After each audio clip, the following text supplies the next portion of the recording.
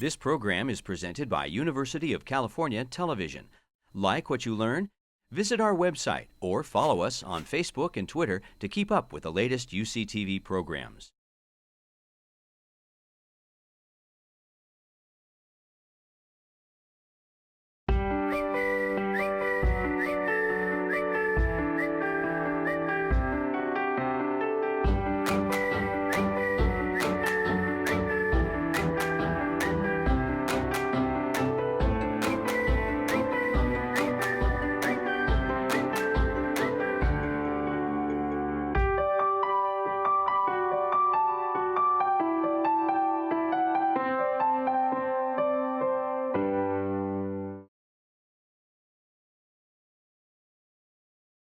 All right. So my presentation today is really just an informal discussion to try to tell you about the interests of a group of people that recently submitted a Science and Technology Center proposal to NSF called Ecosystem Center for Ocean Food Security. And it's based at UCSD with the Center for Marine Biodiversity and Conservation, which I direct, but as you'll see, we have a bunch of partners. And some of this represents work that's already ongoing, and some of this represents work that people would like to do, but I thought it would just be useful to give you a sense of the kinds of scientific issues that we have been raising and that might make good UC collaborations. And they touch on a lot of different projects or topics. You can see and some of these we've already started to hear about, but water management, transborder fisheries, artisanal fisheries, subsistence fishing, climate change. You'll hear a little bit of my sort of eclectic interests that involve deep water and chemosynthetic ecosystems also at the end, and the historical perspective. So this is the one figure. Those of you who know about Science and Technology Center pre-proposals, they probably got 300 or 400 submissions, and there's a very small chance of moving forward with these, but we felt that having the conversation among ourselves and now with you guys is actually a very useful thing and a way to build a framework. So this is our master diagram that talks about the themes that we're interested in. And really, this project is based on the idea that managing food from the sea needs to involve managing the ecosystem. Understanding both the effects of fishing on ecosystems and the effect of changing ecosystems on fish production and aquaculture production. And that's sort of the basis of this. And these are some of the themes. These are some of the regional areas that we are interested in working. These are some of our partners. You can see a variety of people. And of course, there are major knowledge transfer and education components, and I'm really not going to focus much on that today. I just wanted to give you a flavor of these, of some of the topics and themes that we think are important and where the research is ongoing. So let me go to water. We all know we have water shortages. Most of you probably know the Colorado River is down to a trickle, and very little of it actually is feeding the wetlands of the Gulf of California, the Delta region up there. And yet there are major fisheries up there for shrimp and fish, and those species have life histories that rely on the wetlands. So there's a group of us, and I've listed Alberto and Arisman are leading research and have a big program already. Octavio Alberto and Brad Arisman, they're already working up there, and John Shuren and I and others have put in several proposals, so far none successful, but we're hoping to continue to work with them on looking at the effects of changes in fresh water, both as the result of policy, like the Minute 319 policies, and as a result of changes in climate, the effect of freshwater input to the regions and how it affects the ability of the wetlands to provide trophic and nursery support to the fish and shrimp, mainly corvina and blue shrimp are the big catches.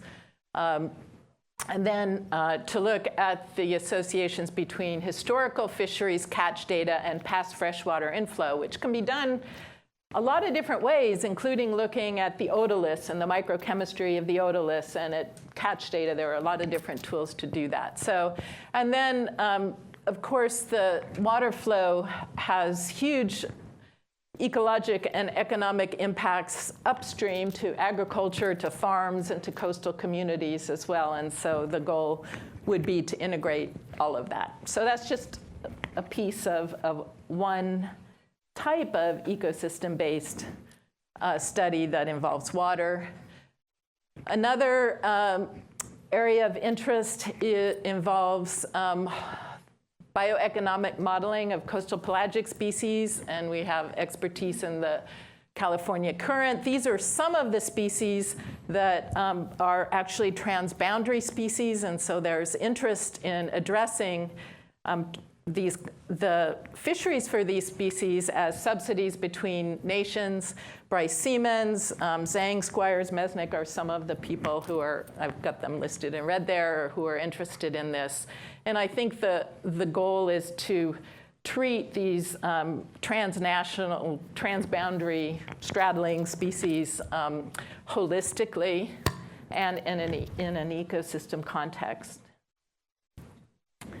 We have a group interested in, specifically in artisanal fisheries and the socio-cultural relationship of communities with coral reef ecosystems. Eleanor Sterling and Stu Sandin are sort of leading this effort. They're interested in what cultural systems and institutions are in place to prevent over-exploitation in artisanal fisheries, what the links are between human density, demand, and food production, and what kinds of adaptations there are that allow for meeting those demands, and they want to look at aquaculture in these systems as well. So a lot of this work, a lot of Stu's work, and I'm really sad he couldn't be here, is in the Central Pacific, and they have targeted the Solomon Islands and Kiribati, where there are gradients in human use of the ecosystem. Okay, looks like I put one of my slides in wrong. This was supposed to go with the pelagic studies. One of the big questions for the transboundary issues, and we've already talked about this, is the importance of forage species. And the squid is a great example in the California current. You can see its connection to almost every other pelagic species in the system, and trying to understand the trade-offs between managing for the ecosystem and managing for the economic value of the fishery are some of the big questions that the pelagic group is interested in trying to address. Sorry, that should have gone before the coral reefs, but I put this together on the train about 11 o'clock last night, so on the bus. All right, so if you think about ecosystem capacity to support fishery species, we know that it is probably changing. It is changing now, and it's going to be changing in the future, and a lot of research interest at Scripps has to do with what we call climate change. I know Chung's analysis of climate change really was based on ocean warming, but I'd like to point out that there is this trio of factors changing warming, acidification, and hypoxia. They all go together, especially on upwelling systems such as those off California.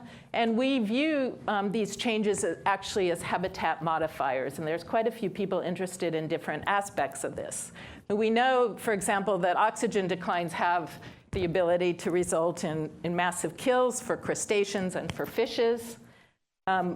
Work has been done that has shown that when you have either seasonal hypoxia or long-term changes in oxygen, that you actually lose habitat for species. So for ground fish, such as the cowcod and some of these rockfish and flatfish that I've shown here, it's predicted that by 2050, California, those fish are going to actually lose about half of their water depth as habitat, half of their depth range. So this is going to undoubtedly affect, this is called habitat compression, and not only is it going to affect fish production, but it's also going to affect catchability of fish. And in many cases, when fish are compressed into a smaller area, they're a lot easier to catch, And so you can often find with hypoxia that catches don't go down.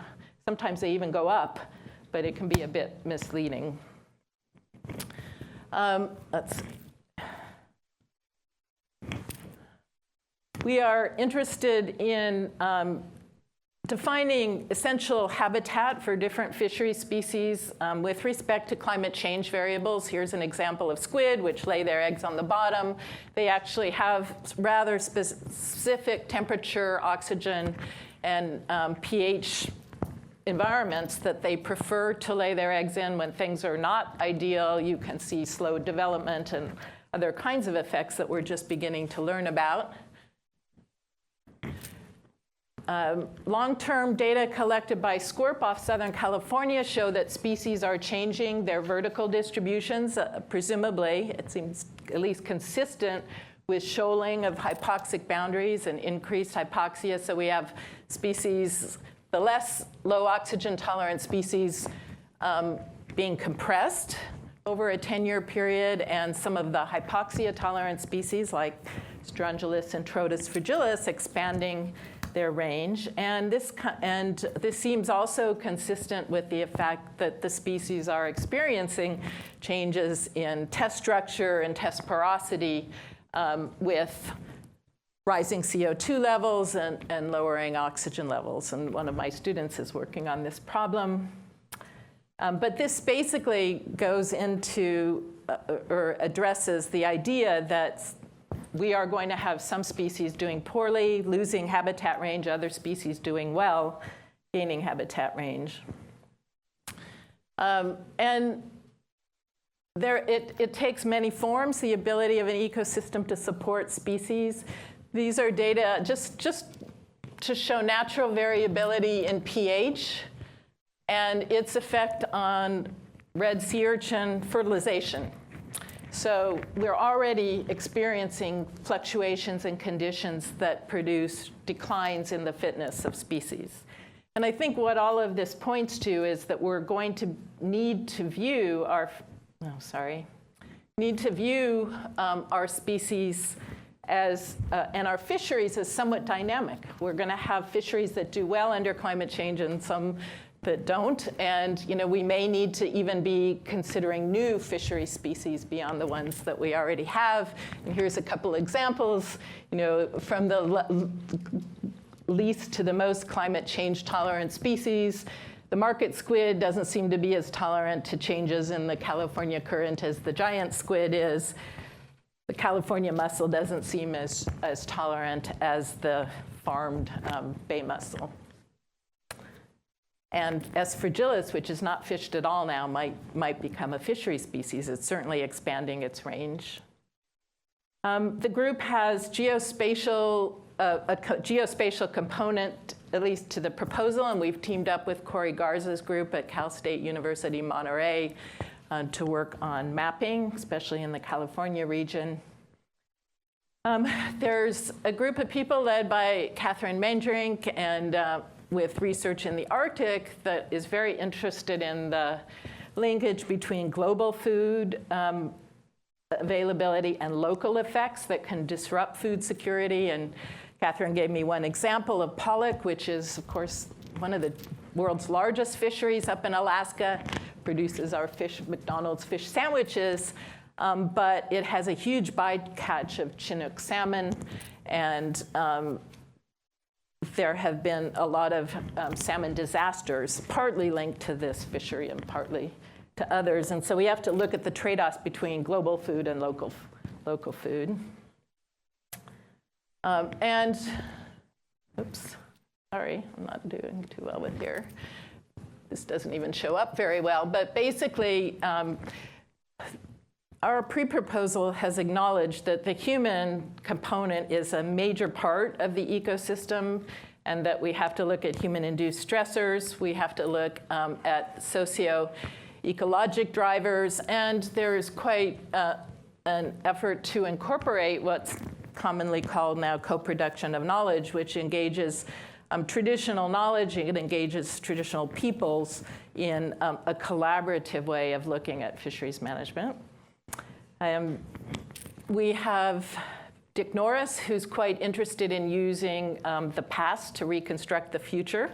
He's got projects that look at fish production, evolution, and response to change using fish teeth, essentially, in the fossil record, with the idea that it can help understand future trends in fisheries that we might see in future Earth models. And I'm almost done here, but I want to point out, I'm going to go into the deep sea. This is a research interest of my own, that we are fishing deeper and deeper. It's now routine to trawl below 1,000 meters to get fish. And there are several effects of this. One is that a lot of this is done by bottom trawling that's very destructive to the bottom habitat. And it destroys ecosystems and the ecosystem ability to produce food. And the other point is that a lot of these fish are long-lived and not very sustainable, things like Chilean sea bass, the Patagonia toothfish, and the orange roughy. Even if they're MSC certified, they're not sustainable. And then we have a lot of bycatch from the deep water targeted fisheries that endanger other fish species that aren't targeted. So in the North Atlantic, of the top 15 deep water species, 9 of them are already endangered as bycatch. Let's see. And, even our public fisheries have really done some serious damage in the Atlantic canyons. And one of the trade-offs is biodiversity. We tend to trawl and destroy ecosystems and lose species before we've ever even had a chance to describe them in most of these deep water environments. And then the last thing I want to mention is that this sort of insatiable human demand that comes with population growth for food, for energy, and for raw materials is leading us into deeper and deeper water. And so now we're in a place where we're looking at deep sea mining. It hasn't happened, but there's huge, massive leases and licenses out for mining all different kinds of minerals, from manganese nodules, from massive sulfides at hydrothermal vents, from cobalt crusts on seamounts, from phosphates on margins. And all of those examples in yellow and the regions I've shown in yellow are already places where the mining leases have come in conflict with the fisheries. And I'll just give you an example from New Zealand, because their EPA had a decision a week or two ago. The phosphate mining lease claim off New Zealand was considered by their EPA. However, it intersected with a protected area that the fisheries people had set aside as a nursery ground. Now, that wasn't exactly the reason the EPA declined the mining request. It had to do with endangered corals, potentially endangered corals and soupy sediments and some other things.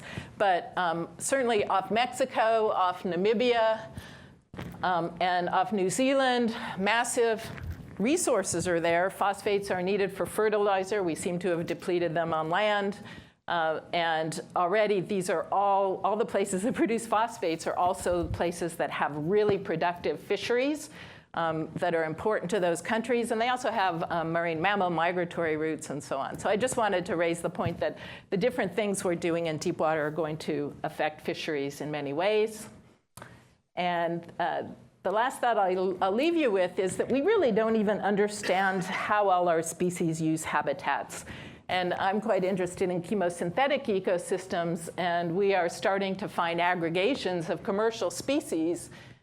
In South America, the Patagonia toothfish aggregates around their methane seeps. Off California, we have thorny heads and rockfish and flatfish aggregating at our newly discovered methane seeps. And so, could be chemosynthetic ecosystems have a role to play in supporting our fishery species. We're just beginning to learn about that.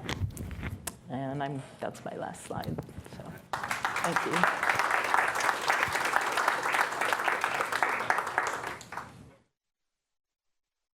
Yeah.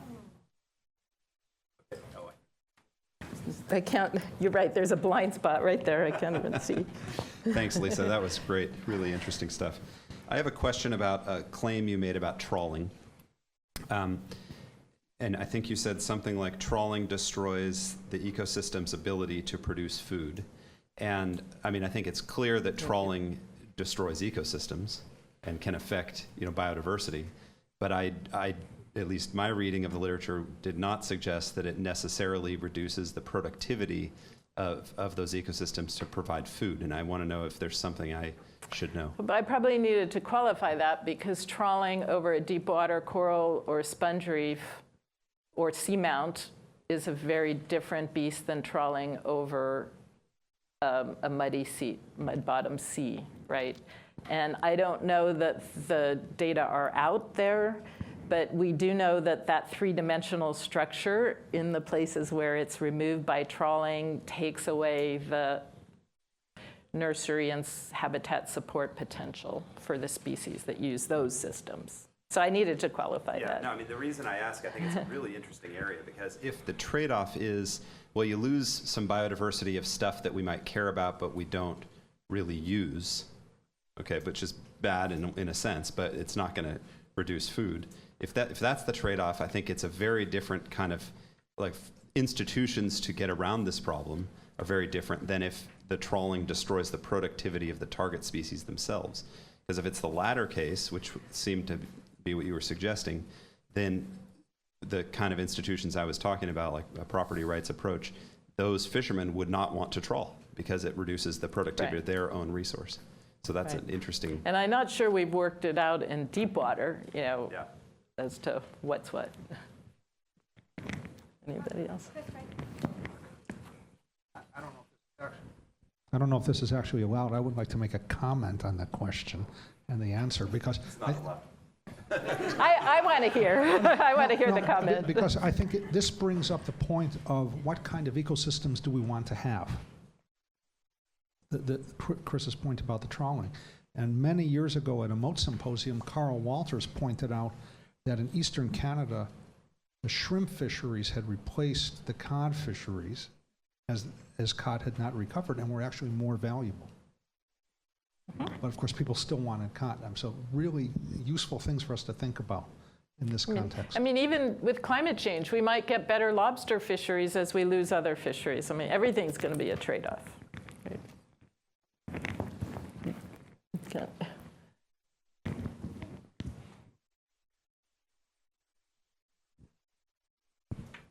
I was wondering, since it seems to be your area of expertise, if you could talk a little more specifically about risk to the very deep oceans that you perceive from our extraction of food from the sea.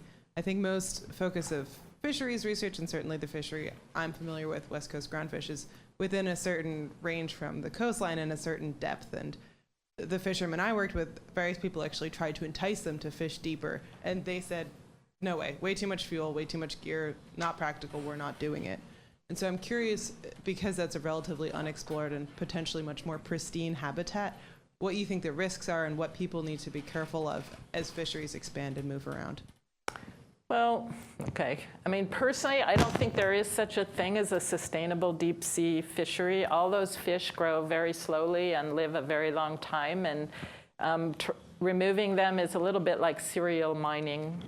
I mean, that's what people do. They go from seamount to seamount. They'll remove the orange roughy, and they don't grow back very fast.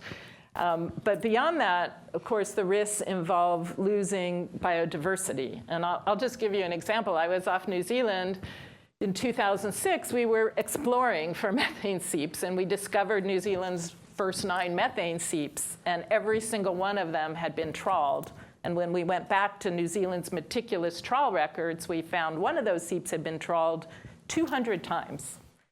So New Zealand had this huge wealth of biodiversity that it had not yet discovered, but had basically started to remove.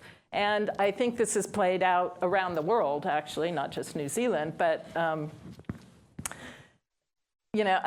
so what's the value of that biodiversity? So you're saying it's not, in what you had said earlier, maybe there is no economic value per se for the fishery species we're fishing. But that biodiversity might hold new pharmaceuticals or biomaterials. I mean, there's, in economic terms, I forget what you call those future values that you haven't discovered yet, but undoubtedly they're out there, and that's very applicable to the deep sea. Now, a lot of those mining claims, some of those claims are the size of entire countries, and we really don't know what happens if you mine the seafloor area the size of Germany. Maybe there'll be no effect on fish production, or maybe there will. Or maybe it'll simply be the barges and ships that have the oil spills on the coral reefs when they bring stuff to shore that will have the effects on fish production. There's a lot of moving parts to human activities in the deep ocean. I think we're done. I think we're out of questions. Okay, thanks, Lisa.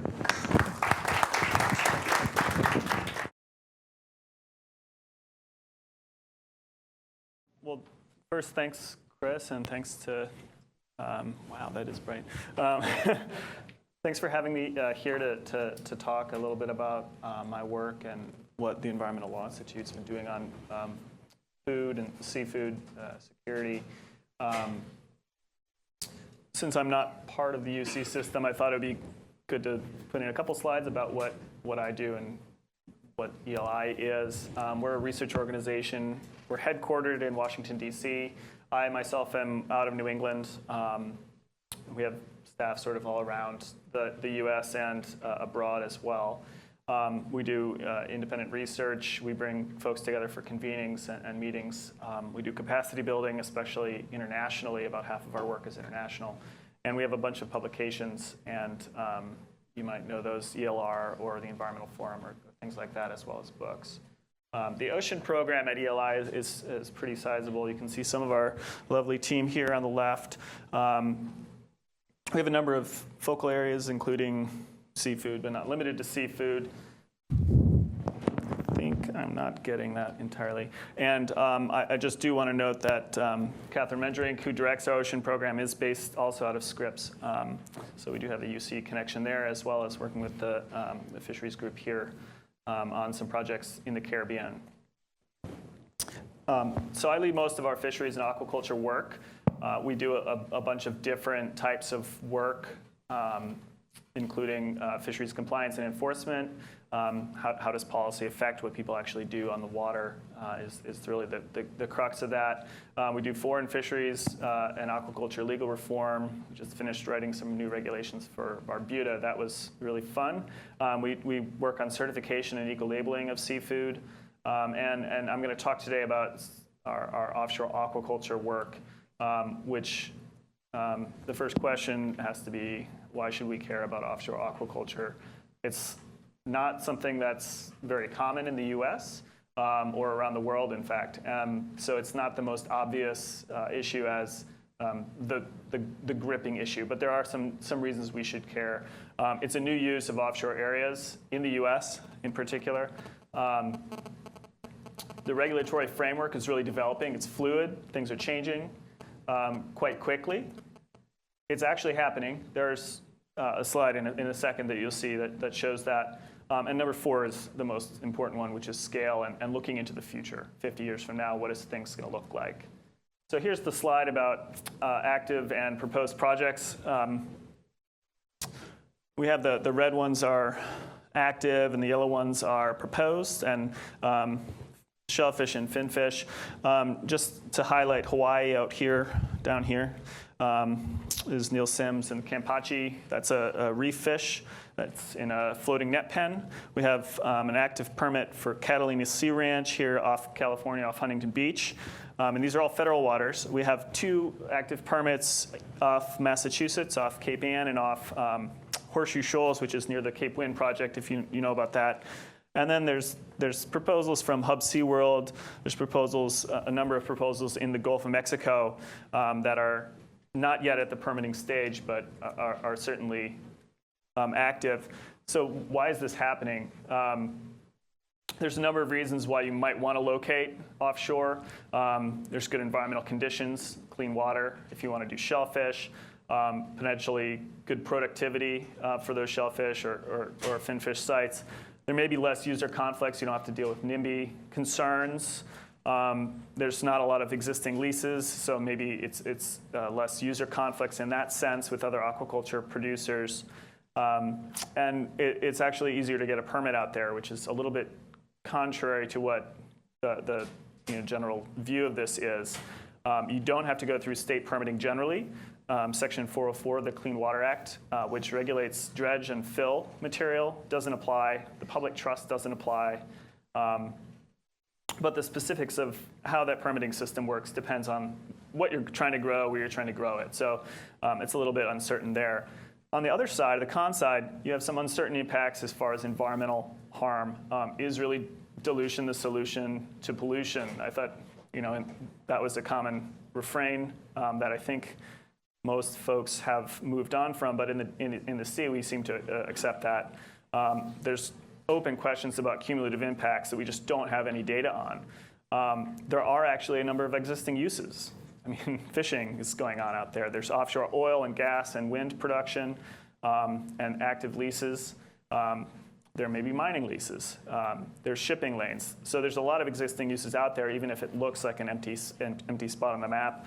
We've got higher costs. You got to get out to sea. That's more labor. It's more gas. And you're out there with storms. The production methods are still developing. And then again, there's some regulatory uncertainty as well. Are all the impacts going to be regulated? So just a brief primer, and I'm going to go through a couple of white papers that we put out looking at how this regulatory structure applies. There's three basic permitting agencies, NOAA, EPA, and Army Corps. And each of those is issuing permits under its independent authority. But there's a number of other state and federal agencies that are giving input into those permitting processes through consultation requirements or through public comments, or there's all these little other approvals, Coast Guard approval for navigational safety and things like that. So the Magnuson Act is the Fisheries Act in the US, and aquaculture is fishing under that act. So this is really part of the existing legal framework for fishing in the US. NOAA only has authority for managed species under that, and those managed species are managed by the fishery management councils in each region. If something is managed at that regional level, there's generally broad authority under the Magnuson Act. They can require a lot of conditions. Where does your broodstock come from? What species are you using? Where are you locating? How well-designed is your facility for storms and that sort of thing? But sort of the broader how much fish are we going to produce has not really been considered. There's mandates to consider things like optimal yield, and we don't really have a structure for calculating that like we do for a wild fish stock. So there's really some open questions there. They're basically just setting maximum caps on production and seeing where they end up, and maybe they'll go up and maybe they won't. We'll have to wait until the market tells us. And there is authority under this as well for experimental fisheries, and that can be useful. This is a rapidly developing area of legal analysis. There's proposed regulations that have closed. We're waiting for the final regulations to come out in the Gulf of Mexico. There's an aquaculture fishery management plan. It is likely to be challenged in court, so that's going to be a couple more years. But I would think it would go into effect immediately. And there's also, along with that, an interagency process to streamline the permitting process. NOAA's treating this Gulf of Mexico process as a model for the future national scope of how aquaculture is going to be managed in federal waters. And I think there's some real concerns with that perspective.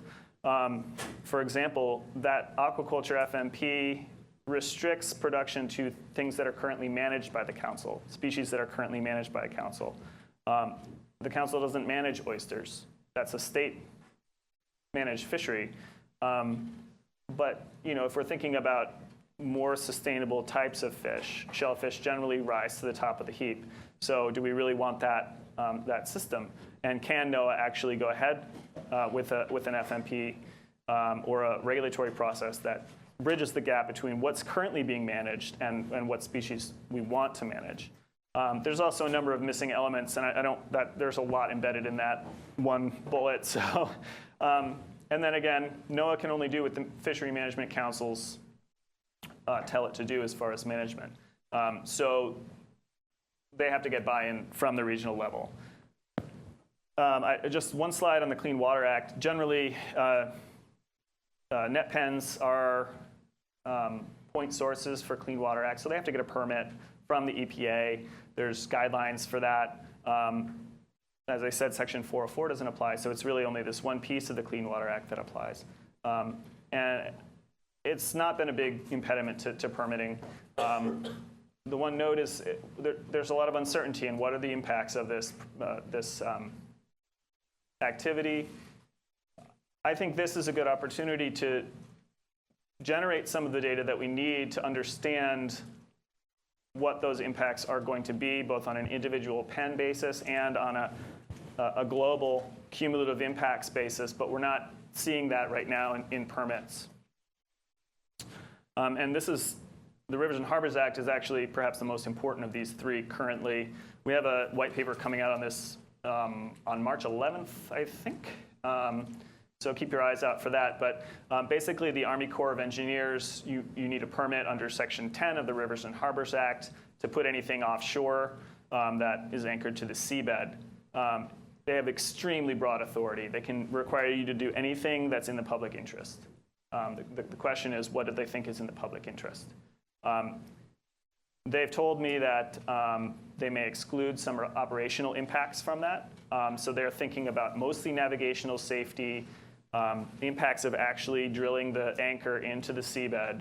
They're not thinking about what species you're putting in there, where your broodstock are coming from, what happens if they escape, what chemicals you're putting in. All of that they'd like to leave for other agencies to deal with. And in some cases, when there's a NOAA permit, for example, that makes sense. But often there's no NOAA permitting authority. So that could leave an enormous gap right there. So the process does include public comment and consultation, and that consultation is really, really critical. It's a way that we can engage stakeholder groups. Fishermen are not watching Army Corps of Engineer permits generally. The California proposal didn't engage the wetfish squid fishery until it went to the California Coastal Commission. And that input really resulted in some changes, some important changes to the structure and location of that and the size of that facility. So that consultation is really critical for making sure that everybody's had a shot of thinking about a permit, thinking about a project, and working to address any impacts. The permit process is really dependent on where you're doing your project, what species, and again, generally we're not getting data that we need to reduce the uncertainty on impacts. And there's no single agency here that's a one-stop shop. The states are actually the closest. California Coastal Commission is probably the closest thing to a one-stop shop here. But they generally don't have authority outside 3 miles, except when they do. So the question of whether or not any state CZM agency can get consistency review authority for a particular project is really critical. And I'm throwing a lot of jargon up here, and stop me and clarify if you want, and we can do questions. I'm trying to race through because I put too many slides in. So future directions for this research that we're doing. Continuing looking at program authorities and implementation. There's some really open questions about the Coastal Zone Management Act, implementation, international law. If aquaculture is fishing, what does that mean for the law of the sea? For example, there's open energy leases. How can you do aquaculture in those areas, if at all? There's definitely some policy gaps and needs. There's some legislative needs. Lois Capps had a bill in the end of the last decade to make a comprehensive legislation. There's Magnuson Act reauthorization going on right now. There's a need for regulatory changes as well. So there's policy development piece. We also are working on tools to develop tools to help the stakeholders navigate this permitting process in federal waters. We're trying to combine GIS with regulatory information, and that's one of the slides that I cut. But that's something that's really exciting to me, and that will help us think about how to co-locate and manage multiple uses of the marine environment. In some cases, we can combine these uses in a single location. If you drop your mussel lines deep enough, ships can go through, but you're unlikely to be able to run trawlers through that area. So there's a lot of trade-offs in terms of what happens where, some exclusive uses and some co-location. So we need to manage those things over the next sort of generation to develop this industry in a reasoned and sustainable way. And finally, this is a call for those of you in the room. We need some help understanding these impacts. What conditions do we need? How can we generate the data we need to reduce uncertainty? How can we understand how to push this forward in a most sustainable direction? And then this is where I'm going to slow down a little bit, I think. I'm going to try and take a breath. The question of scale is really the critical one. 5 projects is not a critical global conservation need. But scaling that up could be. And right now, we seem to have a model of production without any plan as far as what our vision is for it. NOAA's vision is fundamentally an economic one. If you've heard anyone from the NOAA leadership give a talk, they always talk about the trade deficit. It's about $12 billion. That's right down here. This is 2013, so it's probably a little higher now. What does that mean? If we increase our lobster supply, that's our #1 export, 450 million. It's also one of our top imports, live lobster, -300 million. If we increase production of lobster, we're probably going to sell most of them to Canada and re-import them at a higher price, so that actually might increase our trade deficit. And we're not really thinking about this in a structured or a robust sort of way. And with apologies to Chris, I think it's probably likely that seafood production increases in the future are going to come from aquaculture, in part because this wedge is getting bigger every year. Aquaculture is now 50% of the world food supply from seafood, and that's growing. So if NOAA's going to try to increase production and reduce the trade deficit, it's probably talking about aquaculture. What does success look like? These are not from the US, clearly, but this is one model of aquaculture production. It produces a lot of fish. We import and eat a lot of those fish. But I don't think that NOAA, and I don't think that we, any of us in this room, or probably even in the industry, wants this model. So I want to just draw a quick comparison to bioenergy, which is another issue that I work on. And in that context, we have federal production mandates, we have volume mandates, we have production goals. We know how much of each type of energy we want to produce. And the government has funded something called the Billion-Ton Report that lays out on the landscape where that can happen and how we're technically going to get to that point. So I think that enables a shared understanding, and it enables debate on a sound footing about whether we want those goals to be achieved at all, and if so, how we can do that in a way. And this is a WRI white paper that was in the news last week about this very program. So I think it helps us raise the level of debate. And I think that we need a seafood roadmap for domestic seafood production that tells us, a consensus, or at least sort of a robust level of how much seafood we want, where it's coming from, wild or farmed, how we're producing it, and then we have a number of tools to get there: economics, environmental impacts, social impacts, and with that basis, we can think about how we can get to that point. That's all I've got. I'm happy to take questions.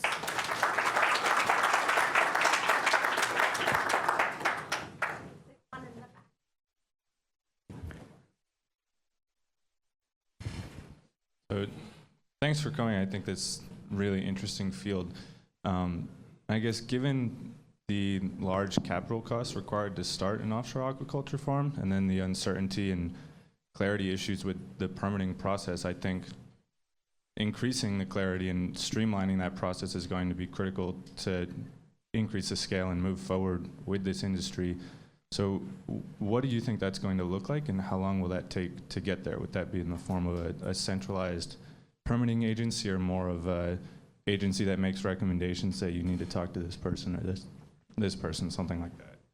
I think it's likely going to be an evolution of what we have now. And that's sort of what we're thinking about.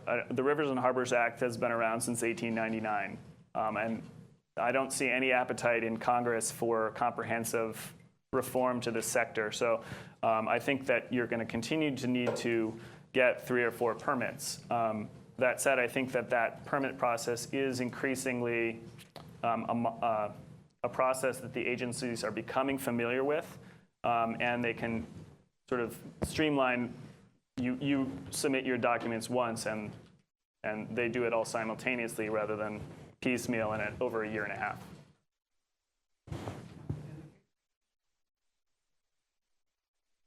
I'm okay, yeah. In the case of fisheries, we had the law, and then we had a lot of environmental groups, MSC, Conservation Alliance, and so forth. In the case of aquaculture, we already have the Aquaculture Stewardship Council. Do you see that its approach can get written into a law one day? That's a really interesting question. I know in some countries, for example in Thailand, the Global GAP standard, which is an aquaculture business-to-business certification, is the law, basically. And they've done that because of trade issues. One of their major buyers is Japan, and Japan has some sensitivity over food safety issues that Global GAP standards were helping with. So in that sense, I think having certification models out there can be a really helpful thing, especially in the developing world. There is a danger of, in this country, in the US, adopting certification, and in particular, the MSC was embroiled last summer in a debate with Alaska, basically, about whether or not the government could buy certified MSC product. And basically the upshot is that they can't really buy MSC product anymore preferentially. Government purchasing power is critical, and I think that the government isn't ever going to be the same as a private certification system. I'm not standing here saying the MSC is perfect. It's not, clearly, but the point of certification is to go beyond compliance with the law, and that's what it's sort of based on economically, and I think that's a critical piece of the puzzle. I have a question, Reed. First of all, thank you very much. That was fantastic. Question about your vision of the future. And you showed a bunch of pictures of China that are plastered with aquaculture, and I've seen those as well. And I don't share your view that, I think maybe that is the world we want to live in certain zones. So sort of like on land, we have agricultural zones with lots of farms and not a lot of biodiversity. I'm sort of willing to live in a world where we have ocean zones with lots of farms and not a lot of biodiversity, as long as we also have the wide open spaces as well. But that's just personal preference. So I don't think we should take it as given that we don't want to live in that world. But I guess if we all believe that the future of food on the planet is aquaculture, and I certainly believe that, I think we can get a little bit more out of wild, but most of it's going to come from aquaculture, then we have to sort of ask the question, why aren't we moving in that direction in this country? Because it doesn't seem like we are. And I wonder if you could sort of enlighten us about what are the major impediments now? Is it just that no one really knows what to do and you got to go to 10 different agencies to try to plead your case and there's no clear-cut path? Or is there kind of one big roadblock that everybody's running into, and as soon as we can overcome that, we'll see a lot more development in a sustainable way? In this country, I think there is a story about aquaculture, which is that it's growing. Historically, we had a fairly substantial shellfish industry, for example, in New York. Mark Kurlansky wrote a book about that a few years ago. And as we recover our coastal ecosystems in terms of pollution, there's a potential for that to go on ahead. I live in Rhode Island, and our shellfish industry is really growing. In part, this Rhode Island Sea Grant has a shellfish management planning process, and that's it's growing so fast that they're talking about licensure programs to just slow it down and make sure that everybody's qualified, basically, to know what they're doing.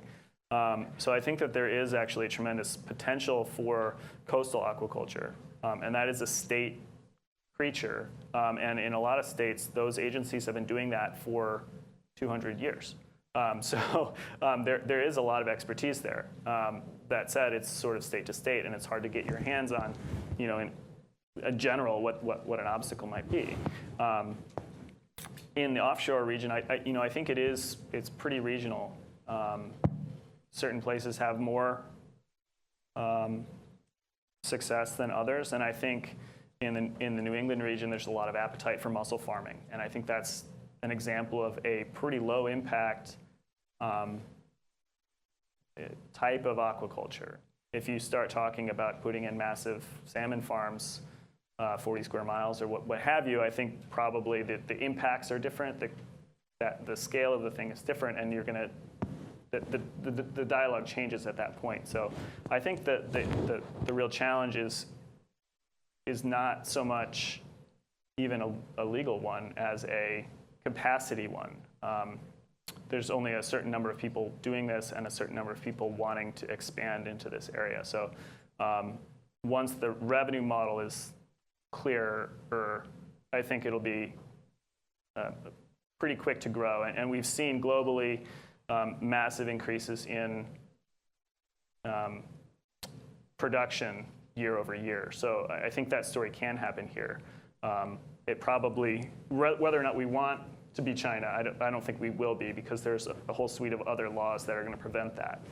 But I do think that there's plenty of room to grow here. Microphone here, sit on. So this is a related question. I mean, the truth is that many, many countries already have offshore aquaculture, and the U.S. is way, way far behind, even though we have lots of potential. And so 2 questions. One, has there been any systematic effort to learn from all of that? We don't have to go very far. We can drive 20 miles south of the border in San Diego and find offshore fish pens, but Norway's got them. You don't have to go to Southeast Asia to find this. It's pretty much all over the world, Chile, everywhere. So we should be learning from their experiences in developing the U.S. industry. And another point is that I really do think it's the permitting that has kept us lagging behind. I went to one day aquaculture symposium at Scripps, and it was very clear listening to the companies talk that they're just planning to develop in Mexico, because it's sort of it is a one-stop shop permit there, and they don't have to navigate all those different permits you were talking about. And I think as long as that our permitting is very difficult, and maybe I think it's probably a good thing that it's very difficult, we're going to be way behind the rest of the world in this. So.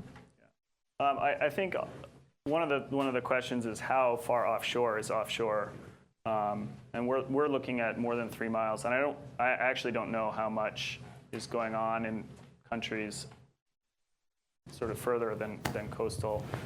Certainly, I agree we should be learning from that experience. And I would think that the industry, although I haven't looked at it myself, I would expect that the industry is very deeply considering it. Which is, I think, their responsibility, frankly. As far as the permitting, it's complicated, but I don't think it's excessively complicated based on how we're going to be allocating permanent or long-term cession of federal lands and waters to private industry. So I think it's an extensive process. I don't think it's unreasonably so. And I do think that Mexico is, it's easier. That's true. Whether that's good or not is another question. Well, like you say, it's a trade-off. Well, I have a question about the environmental side. So what's the long-term effects of this aquaculture? For example, oyster or mussel that you do aqua farming on it, they are pretty much sucking everything out of the water column, like algae or all the phytoplankton or zooplankton. So what is the long-term effect of remove all those important primary food from the fish, the native fish that's in the California here? Have you looked into that effect? I haven't, but certainly if you're thinking about mussels or oysters, at least mussels, most of those projects are based on collecting spat from the wild. You put ropes in the water and they attach to the ropes and then you grow them from that. So you're not necessarily adding biomass that You're removing it. then you're removing it, right? But generally, I haven't been concerned about nutrient depletion in offshore areas, and maybe that's an area that we should think about more. Yeah, because a lot of the coastline is where the most large fish come and spawn. So all those larvae hatch from the coastline need food. So Right. what is the long-term effect of aquafarming in the coastline? Many hundreds of years ago, there was populations of filter feeders, and there were many more fish. And so it's scale-wise, filter feeders don't remove all the food for higher order levels. They probably produce more nutrients through their metabolism that produces more food for. And you concentrated that aquaculture rather than spread it all out. So Look the across California, they were highly concentrated. Yeah, there's a number of, historically looking back in Narragansett Bay where I live, or the Chesapeake Bay, there were tremendous oyster productivity in those areas. And actually, that was what I was about to say, but thanks for jumping in.